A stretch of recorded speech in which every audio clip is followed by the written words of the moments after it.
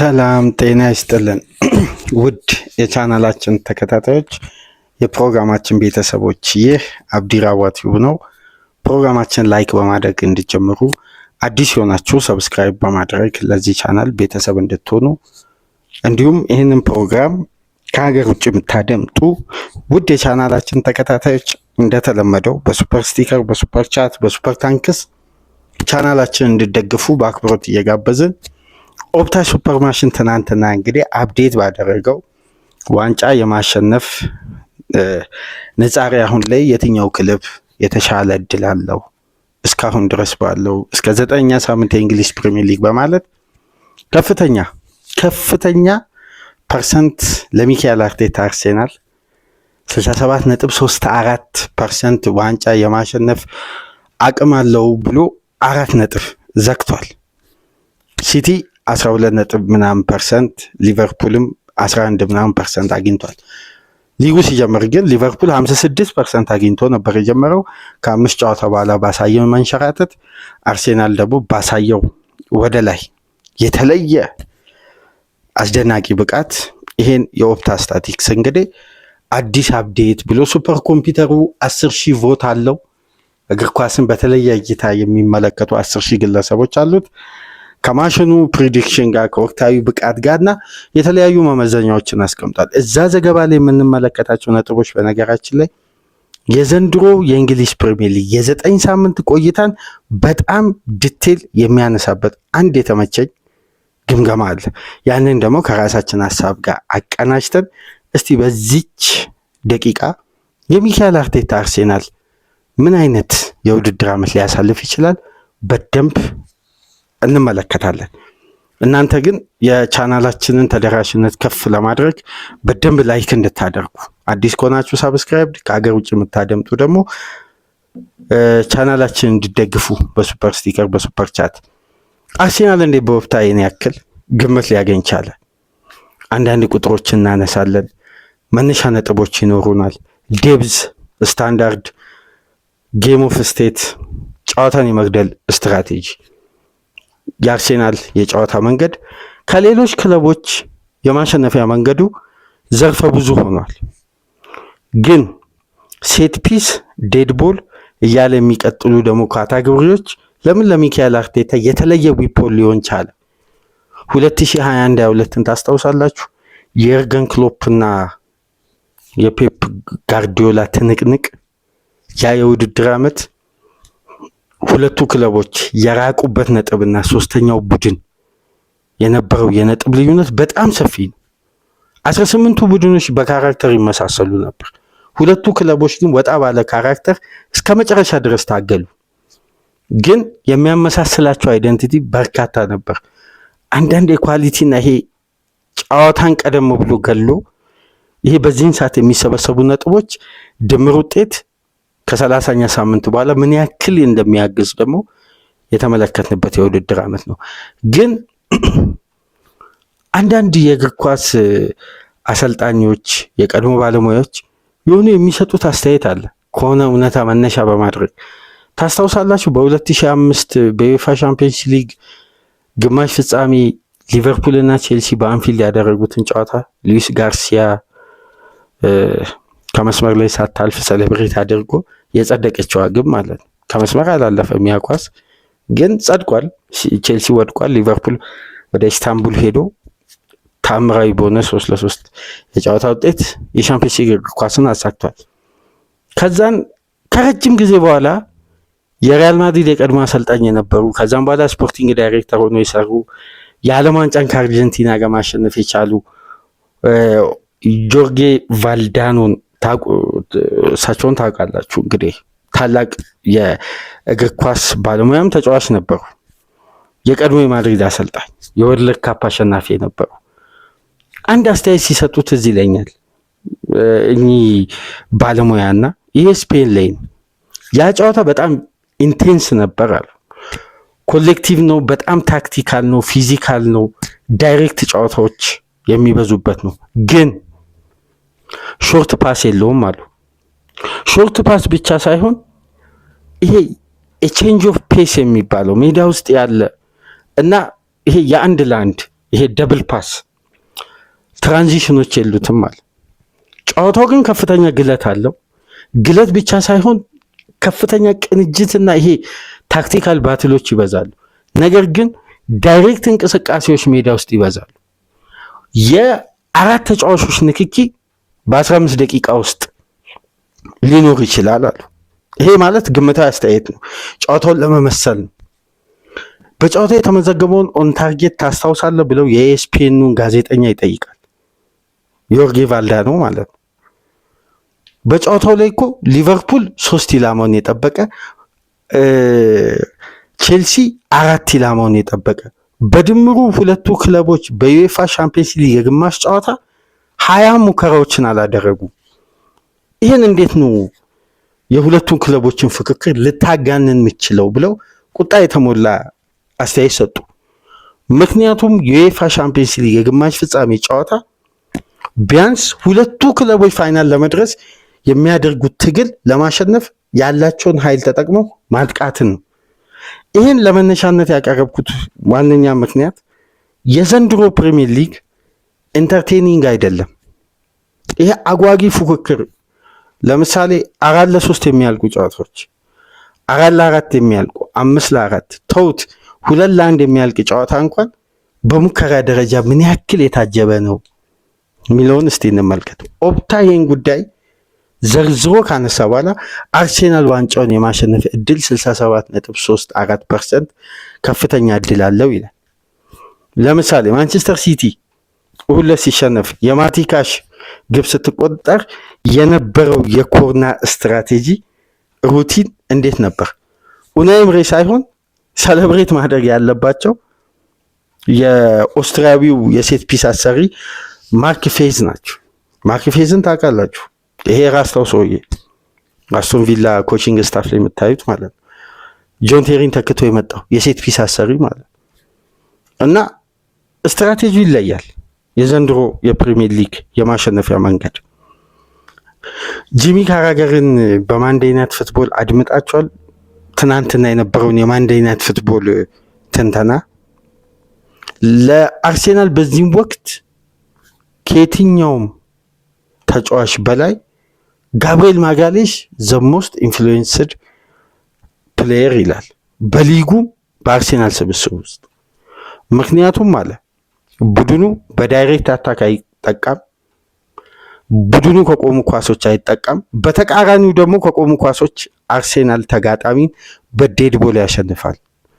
ለአርሴናል አሁን ቁልፉ ተጫዋች ጋብሪኤል ማጋሌሽ ነዋል። ከፖዚሽኑ መነሻ ሳይሆን የአርሴናልን አይደንቲቲ በሊጉ ላይ ከፍተኛ የማሸነፍ ንጻሬ እንዲያገኝ የጋብሪኤል የቦክስ ውስጥ የ6 ያርድ አግሬሲቭ እንቅስቃሴ ወሳኝነት አለው በድል ውስጥ አለ።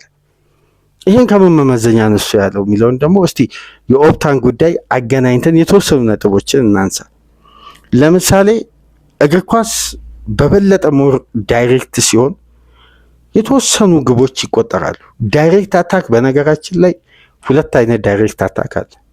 የአንድ ቡድን ከራሱ የመጫወቻ ክልል በቀጥታ ቢልዳፑ ወደ ተጋጣሚ የመጫወቻ ክልል ፈጣን ትራንዚሽን እያደረገ ረጃጅምም አጭርም ኳስ ሊጠቀም ይችላል። ነገር ግን ሽግግሩ ወደ ባክ ፓስ የማያካትት ፎርዋርድ ፓሱ በጣም በአጭር ቅብብል በጣም ግን ፍጥነት የተሞላው ከሆነ ይሄ ዳይሬክት አታኩ በተመሳሳይ ፍሎ ነው። ነገር ግን ያኛው ዳይሬክት አታክ ከራስ የመጫወቻ ክልል ሆኖ በቀጥታ ወደ ተጋጣሚ የአደጋ ክልል ወይም ወደ ፋይናል ሰርድ የሚደረግ ረጅም ኳስ አለ። እነዚህም ሁለት ጉዳዮች ለያይተን ማየት አለብን። ከዳይሬክት አታክ ይላል ኦፕታ ከ2017-18 በኋላ የሊጉ ግራፍ በአማካይ በየጨዋታዎች የሚመዘገብ የግብ ቁጥር ባልተጠበቀ ሁኔታ አንሷል ዘንድሮ ይላል። በአማካይ በዘንድሮ የውድድር ዓመት በቀጥታ ክለቦች የሚጠቀሙት የጨዋታ መንገድ በዘንድሮ የውድድር ዓመት በጣም በጣም ከባድ ነው ይላል። 241 ግብ ተቆጥሯል በሊጉ እስካሁን 241 ግብ በአማካይ በጨዋታ 2.68 ግብ ይቆጠርበታል። ነገር ግን በዘንድሮ የውድድር ዓመት ካለፉት 4 የውድድር ዓመት በላይ የክለቦች ግብ የማስቆጠር መንገድ የሆነው የኮርና ኳስ ነው አብዛኛው። ከኮርና ውጪ ደግሞ ሁለተኛ ደረጃ ላይ የተቀመጠው የግብ መነሻ አብዛኛው ክለብ ያስቆጠረው ከሎንግ ፓስ የተገኘ ግብ ነው። ሁለቱ ደግሞ በአጠቃላይ የሚዋሃዱት በዳይሬክት አታክ የጨዋታ ስታይል ነው። የረጃጅም ኳስ መነሻ ከራስ የመጫወቻ ክልል ወደ ተጋጣሚ። ይሄ ሳፕራይዝ አያደርግም፣ ባይሆን ያሰጋል ይላል። ምክንያቱም አሁን ሊጉ የያዘው ካራክተር በእንዲህ አይነት መልኩ ግቦችን ማስቆጠር ነው። ስለዚህ በእንዲህ አይነት መልኩ ደግሞ በሊጉ አሁን የተዋጣለት ክለብ ማለት ነው አርሴናል ብቻ ነው። ማለት በዛ ስታይል አርሴናል ላይ ማስቆጠር አይቻልም፣ ነገር ግን በዛ ስታይል የሚያስቆጥረው አርሴናል። ስለዚህ ሁለቱንም መንገድ ባላንስ አድርጎ ከያዘ አርሴናል አሁን ማጠንከር ያለበትም ከፍተኛ የማጥቃት እንቅስቃሴ ይሄን የጨዋታ ዘይቤ ይዞ የሚቀጥል ከሆነ የፕሪሚየር ሊግ ክለቦች ሞር ግብ ያስቆጠሩት ከእንዲህ አይነት ያጫወት መንገድና ከኮርና ከሆነ አርሴናል ይህን ጉዳይ ማጎልበት አለበት ማለት ነው። ስለዚህ ስለ አርሴናል ሴት ፒስ ትችት ማንሳት ተገቢ ላይሆን ነው። አሁን ለምሳሌ ባለፉት ዓመታት ከረጃጅም ፓሶች በአማካይ በሊግ የተቆጠሩ ግቦችና የእስካሁን ድረስ በ9 ሳምንት የተቆጠሩ የግብ ብዛት ተለክቶ የግብ መነሻ ሎንግ ፓስም ዳይሬክት አታክም የቆመ ኳስም አብሮ በቁጥር ከወጣ በኋላ በአቭሬጅ ይሄ ግራፍ ከቀጠለ በ9 ሳምንት እንዲህ ከቀጠለ እስቲ በውድድር ዓመቱ ምን ያክል ፐርሰንት ሊቀጥል ይችላል በሚለው ሎንግ ፓስ ተሰርቶ በሬሾ ለምሳሌ በ2021-22 ረጃጅም ፓሶች በሊጉ የተደረገው በሊጉ 344770 ሎንግ ፓስ ተደርጓል። ያ ማለት በሊጉ 11% ሁለት ማለት ነው።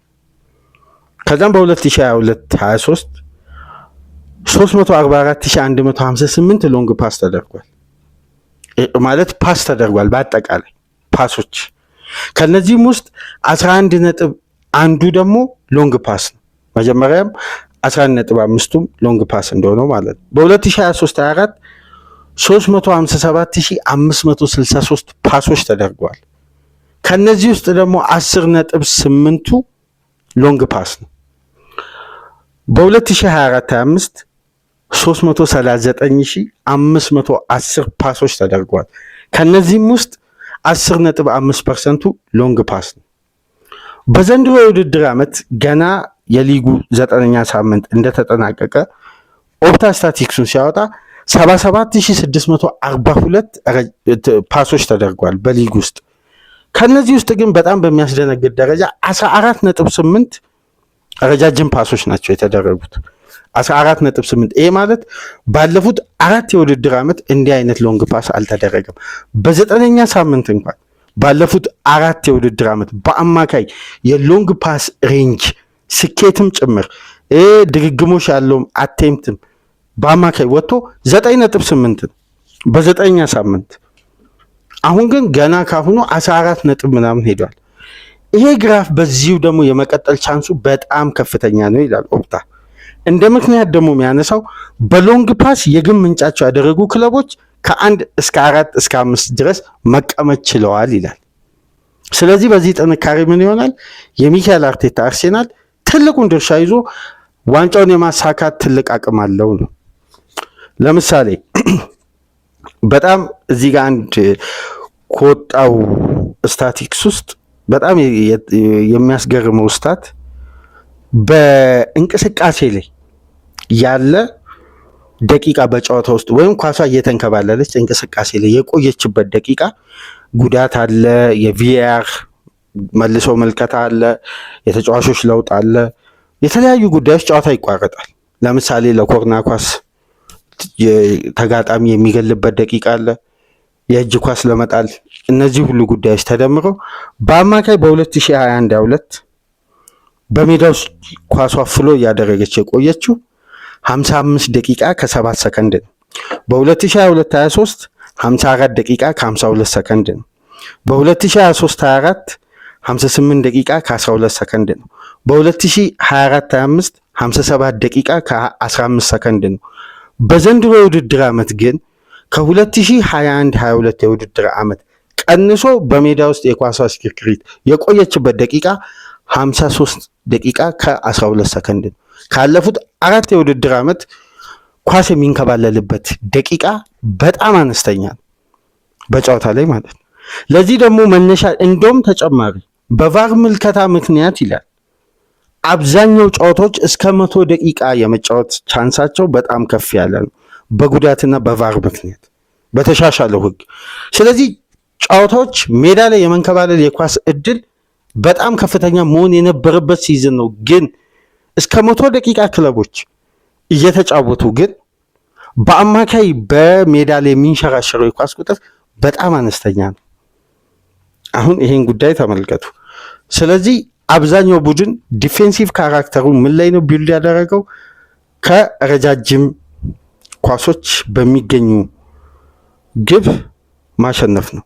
ለምሳሌ ይሄን ጉዳይ አንድ የእንግሊዝን ፉትቦል አደጋ ላይ ነው በማለት ደግሞ የሚጠቅስ አንድ አስደናቂ የኤስፒኤን ተንታኝ አለ።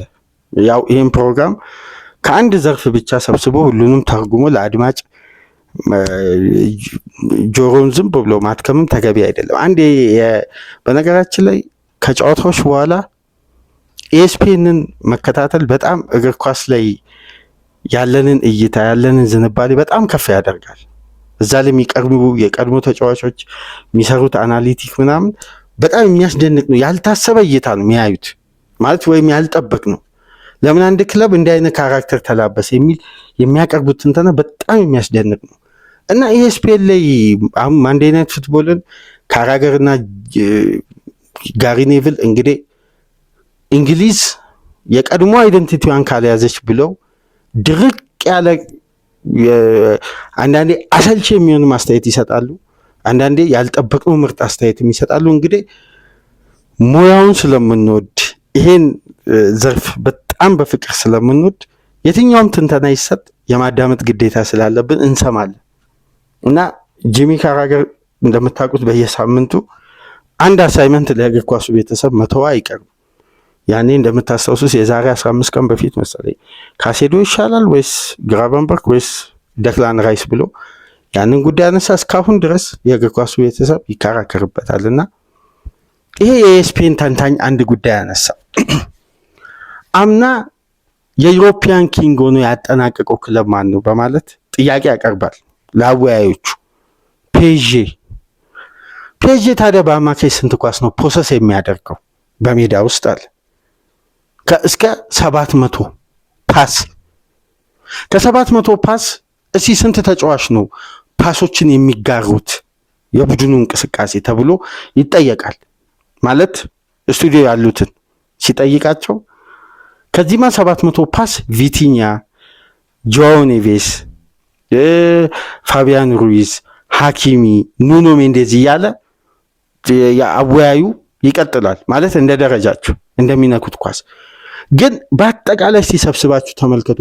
የፔዤ እንቅስቃሴ ላይ የማይሳተፈው ተጫዋች ማን ነው ነው ያለው ዶናሩማ። ዘንድሮ የመጀመሪያ ክለቡ የወሰነው ውሳኔ የዶናሩማን ኮንትራክት ጭቅጭቁ ሌላ ሊሆን ይችላል አለ በሚዲያ ደረጃ የምንሰማው።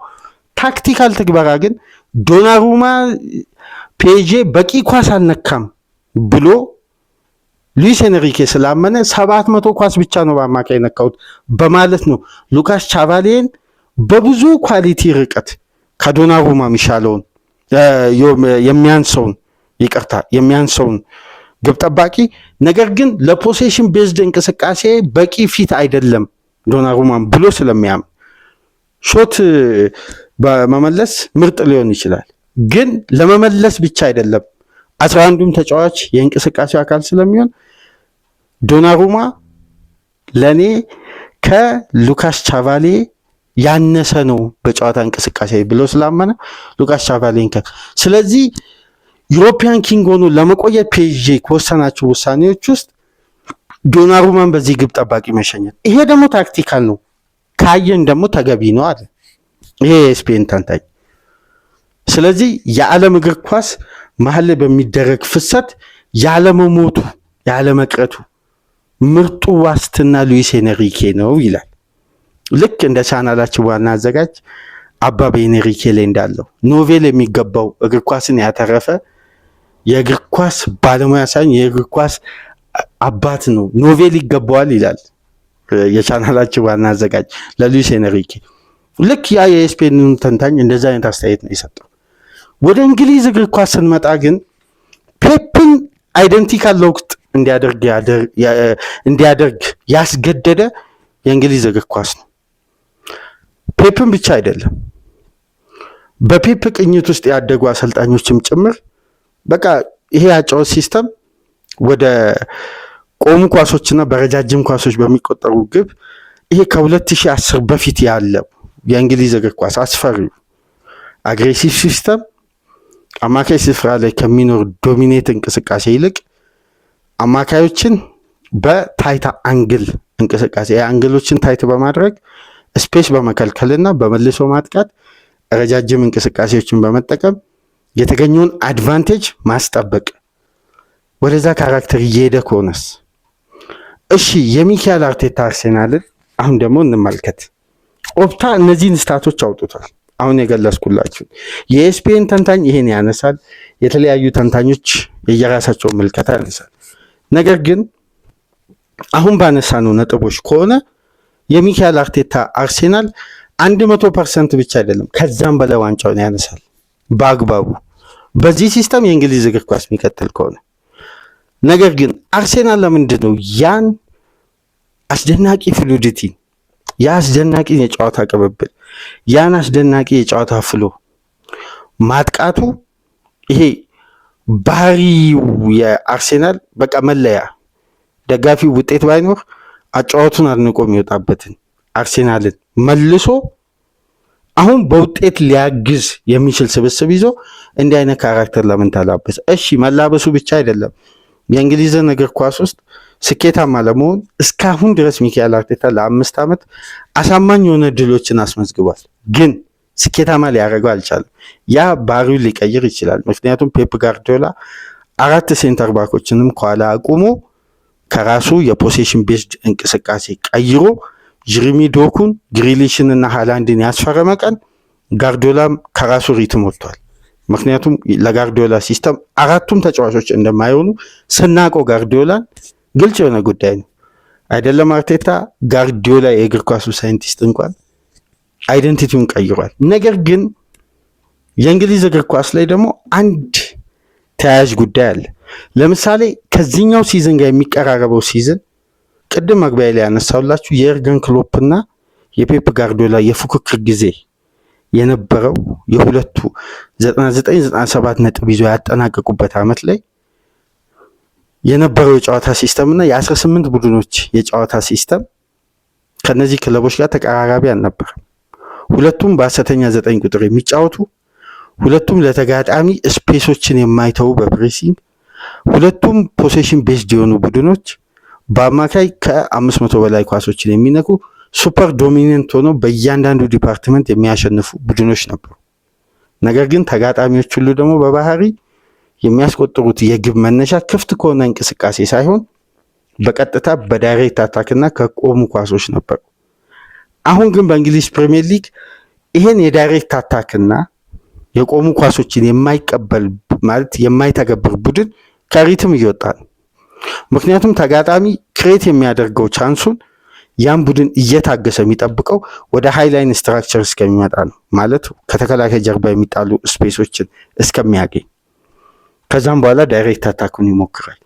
ያ ሲስተም ካልተቀናጀ ፍሪ ፍሎ የሆነው ሲስተም በመተው ወደ ዊንግ ሳይዝ ወይም ይሄ ከታይት አንግል ውጭ ያሉትን የክንፍ እንቅስቃሴዎችን በመጠቀም ክሮስ ኳስ ካልሆነ ወደ ኮርና የሚሻገሩ የዳይሬክት እንቅስቃሴዎችን የሚጠቀሙት። በዚህ መሰረት እንግዲህ የሚካኤል አርቴታ አርሴናል በፕሪሚየር ሊጉ 16 ግብ አስቆጥሯል። 4ኛ ደረጃ ላይ ነው ያለው። አድማጮች እዚህ ጋር አንድ ነገር ግልጽ አድርጎ ለማለፍ በአርሴናል የሊጉ መሪነት የሚነሳ ሀሳብ አይደለም። አርሴናል ለሊጉ መሪነት ያበቃው ልዩ የቡድኑ ጥንካሬ ነው እያነሳ የምንገኘው። አርሴናል በየትኛውም መመዘኛ የሊጉ ዋንጫ ሊያነሳ ይችላል። ምክንያቱም እግር ኳሳዊ ባልሆነ ጉዳይ አይደለም የሊጉን ዋንጫ የሚያሳካው እግር ኳሳዊ በሆነ ጉዳይ ነው። ግን እግር ኳሳዊ የሆነው መንገድ በአርሴናል አይደንቲቲ ውስጥ የተቃኘበት መንገድን ደግሞ አብራርተን እየተመለከትን ነው። ምክንያቱም ይሄ ሲስተም አዋጪ ነው አይደለም፣ ዛሬ ላይ ትችት፣ ወቀሳ ልናስተናግድ እንችላለን። ግን 19ኛ 20ኛና 30ኛና 31ኛ ሳምንት ላይ ስለዚህ ሲስተም እንነጋገራለን። ስለዚህ ሲስተም በጣም እንነጋገራለን። አዋጪ ነው? ኮንሲስታንሲ ያለው? በሊጉ ሻምፒዮን ለማድረግ ያበቃል ወይ? በነዛ ሳምንታት ነው የምንወስነው። አሁን ላይ በምርጥ ፎርሙላ ያለን ቡድን ስለ ሴት ፒስ አንስቶ መውቀስ ተገቢ አይደለም። አግባብነቱን ነው ደግሞ እዚህ ጋር እያነሳን ያለ ነው። የአርሴናል ግን አታኪንግ ሪከርድ ይሄን ይመስላል። 16 ግቦችን አስቆጥሯል። በሊጉ 4ኛ ነው ግብ በማስቆጠር። ከሴት ፒስ 9 ግቦችን አስቆጥሯል። ከኮርናና ከቆሙ ኳሶች ፔናልቲን አያካትትም ይሄ። ነገር ግን አርሴናል 9 ግብ ከሴት ፒስ ሲያስቆጥር 5ቱን ደግሞ ያስቆጠረው ከ14ቱ ግቦች ክፍት ከሆነ እንቅስቃሴ ነው፣ በግማሽ። ይሄ ነው አሁን እዚህ ጋር አንድ ነገር አስምሮ ማለፍ ያስፈልጋል። በሊጉ ያለፉትን 10 ዓመት ከአንቶኒዮ ኮንቴ ቼልሲ በኋላ በሊጉ ዋንጫ ያሳኩ ክለቦች በአማካይ 62.6 በመቶ በውድድር ዓመት ውስጥ የሚያስቆጥሩ የግብ መጠን ሲለካ ከ62% በላይ ክፍት ከሆነ እንቅስቃሴ 62.5 ምናምን። እዚህ ጋር ነው ጥያቄ ለወደፊት 21ኛ 22ኛ ሳምንት 30ኛ 31ኛ ሳምንት ላይ የምናነሳው 62.5% ክፍት ከሆነ እንቅስቃሴ። ታዲያ አርሴናል ክፍት ከሆነ እንቅስቃሴ በማስቆጠር በሊጉ ስንተኛ ነው? 17ኛ። ክፍት ከሆነ እንቅስቃሴ ኤክስጂዎችን ክሬት በማድረግ 7.8 ስንተኛ ነው አርሴናል? 8ኛ። በሊጉ ክፍት ከሆነ እንቅስቃሴ ቻንሶችን ክሬት በማድረግ በሊጉ 31% የክፍት የሆነ እንቅስቃሴን በማስቆጠር 31% 20ኛ ደረጃ ላይ ነው አርሴናል የሚገኘው። ከተጋጣሚ ደግሞ ማለት በተጋጣሚ ላይ ክፍት ከሆነ እንቅስቃሴ ግቦችን በማስቆጠር 31% ያስቆጠረባቸውን ግቦች ከክፍት የሆነ እንቅስቃሴ ነው 20ኛ ላይ ነው የሚገኘው። ነገር ግን ክፍት ከሆነ እንቅስቃሴ ክሬት ያደረገው የኤክስጂ መጠን ከአርሴናል ካደረጋቸው ሙከራዎች ውስጥ 57% ነው። ይሄ ማለት በሊጉ ስንተኛ ነው? 19ኛ። አርሴናል አንደኛ የሆነበት የግብ ምንጭ ሴት ፒስ ነው። የተቀሩ እንዳለ እድሎችን ካያችሁ ደግሞ በርካታ ግብ ክለቡ አላስቆጠረም። 16 ግብ ብቻ ነው ያስቆጠረው። በዚህ ሬንጅ ከሄደ ይላል። ይሄ እስካሁን ድረስ የማነሳላችሁ ነጥብ በነገራችን ላይ ኦፕታ ላይ ገብታችሁ ዳይሬክት ይሄን ዘገባ መመልከት ትችላላችሁ። እስካሁን ባለው የግብ ሬንጅ አርሴናል ከቀጠለ ይላል፣ በዚህ ሬንጅ ከቀጠለ ከአምናው በተወሰነ ግቦች ከፍ ያለ ከካቻምናው ደግሞ በብዙ ፐርሰንት ያነሰ። ይሄ ማለት ካቻምና ካልተሳሳትኩ 89 ግብ መሰለኝ አርሴናል ያስቆጠረው፣ አምና 69 ግብ፣ የ20 ግብ ልዩነት ነበር። ይሄ ማለት ወደ 75.6 ግብ ያስቆጠራል። 75.6 ግብ ደግሞ ባለፉት 10 ዓመት ውስጥ የሊግ ሻምፒዮን አላደረገም የትኛውንም ክለብ።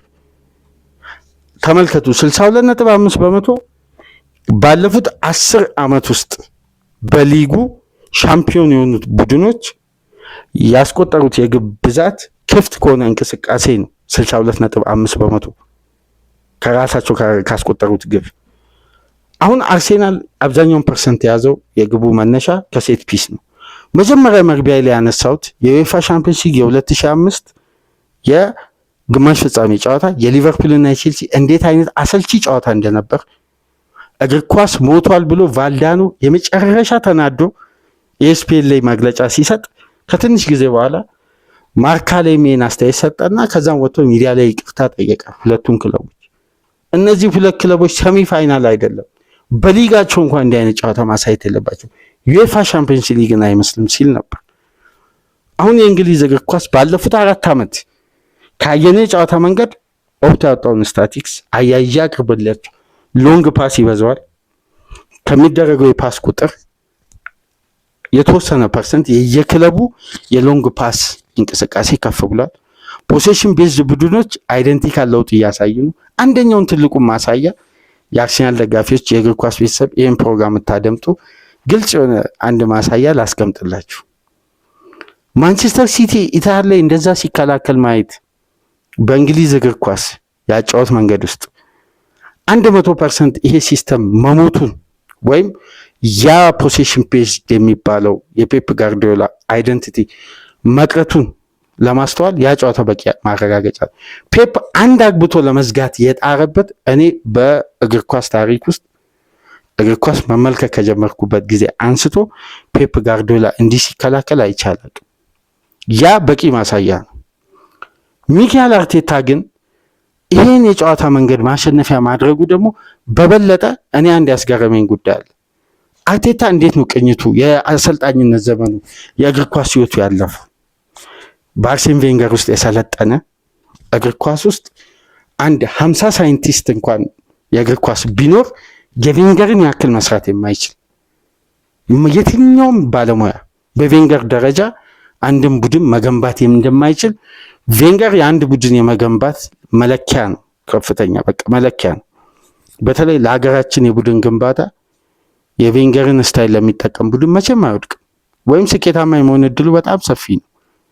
ለሀገራችን የቡድን ግንባታ የቬንገርን ስትራቴጂ መጠቀም በመላው ዓለም ላለም ክለብም ፈውስ የሚሆን ነው። በዚህ አሰልጣኝ ውስጥ ተጫውቶ በፔፕ ጋርዲዮላ ያ ምርጡ የማንቸስተር ሲቲ ዘመን የአበባ ዘመን ላይ ምክትል አሰልጣኝ ነው ለቆየ በ2022-23 ምርጡን አርሴናል ዋንጫ ባያነሳ በ2023-24 ምርጡን አርሴናል ላሳየን የሚካኤል አርቴታ ቡድን የማሸነፊያ መንገዱን ክፍት ከሆነ እንቅስቃሴ በላይ የቆሙ ኳሶችን አድርጎ በሊጉ 67.34% ማንሳቱን እስቲ እንደ እግር ኳስ ተመልካችና የእናንተ የአርሴናል ደጋፊዎች እይታ ይሄ ሲስተም አዋጪ ነው? እኛ ሐሳቦችን ነው የምናነሳው እንጂ ለመፍረድ አይደለም። 9ኛ ሳምንት ላይ ስላለን ሚካኤል አርቴታ ግን የሊጉን ዋንጫ ለማሸነፍ ይሄ ጨዋታ መንገድ ተስማሚና የማሸነፊያ መንገድ ይሆናል ብሎ ካመነ የማንሳት እድሉ አሁንም በከፍተኛ ሁኔታ የተሰጠው ለሚካኤል አርቴታ ነው። መመዘኛዎችን ኦፕታ በዚህ መልኩ አስቀምጧል።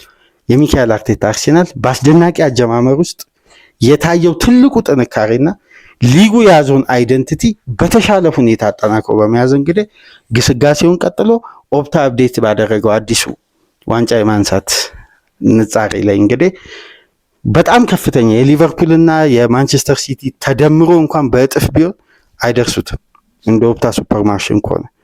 ስለዚህ የሚካኤል አርቴታ ቡድን አንደኛ ከሆነበት ትላልቅ ሚስጥሮች ጥንካሬዎች መካከል በእንዲህ መልኩ ከላይ ተቀምጧል። ግን ሊጉን ባለፉት 10 ዓመት ውስጥ ያነሱ ክለቦች ባህሪ በጣም አነስተኛ ፐርሰንት ነው። አሁን አርሴናል አንደኛ የሆነበት ጥንካሬ። እስቲ ይህን ጉዳይ እንዴት ትመለከታላችሁ? እናንተ የራሳችሁን ሀሳብ ይሄ ነፃ የሆነ የእግር ኳስ ሀሳብ ማለት አንዳንድ አስተያየቶችም ለሞራል የማይመጥኑ ተገቢ ያልሆነ ያው የቃላት አጠቃቀም እንደ አንድ ሚዲያ ላይ እንደተገናኘ አድማጭና አቅራቢ መነጋገር የሌለብን የሚያጸይፍ ቃላቶችን ባንጠቀምና እግር ኳስ ደግሞ ነፃ ሀሳብ ስለሆነ አንድ ነፃ ሀሳብ ሲነሳ በነፃ ሀሳብ መተቸት ደግሞ ተገቢ ነውና በጨዋ ደንብ በኮሜንት መስጫ ሀሳብ አስተያየታችሁን አስቀምጡልን። ላይክ፣ ሼር፣ ሰብስክራይብ ማድረጋችሁ እንዳትረሱ። ከሀገር ውጭ የምታደምጡ በሱፐር ስቲከር፣ በሱፐር ቻት፣ በሱፐር ታንክስ ድጋፍ አድርጉ። ሰበብ የማያልቅበት የአርነ ስሎት ሊቨርፑልን ደግሞ እስቲ ከዚህ ፕሮግራም በመቀጠል እንመለከታለን። ከዚህ ቀደም ብሎ በሩበን አሞሪም አስደናቂ የትራንዚሽን የ11 ወር ቆይታ ሰፊ ቆይታ ከእናንተ ጋር ያደረግንበት ፕሮግራም አለ። ይህንንም እያደመጣችሁ ማጋራታችሁ እንዳትረሱ። በሊቨርፑል ፕሮግራም እስከምንመለስ ሰላም ቆዩ።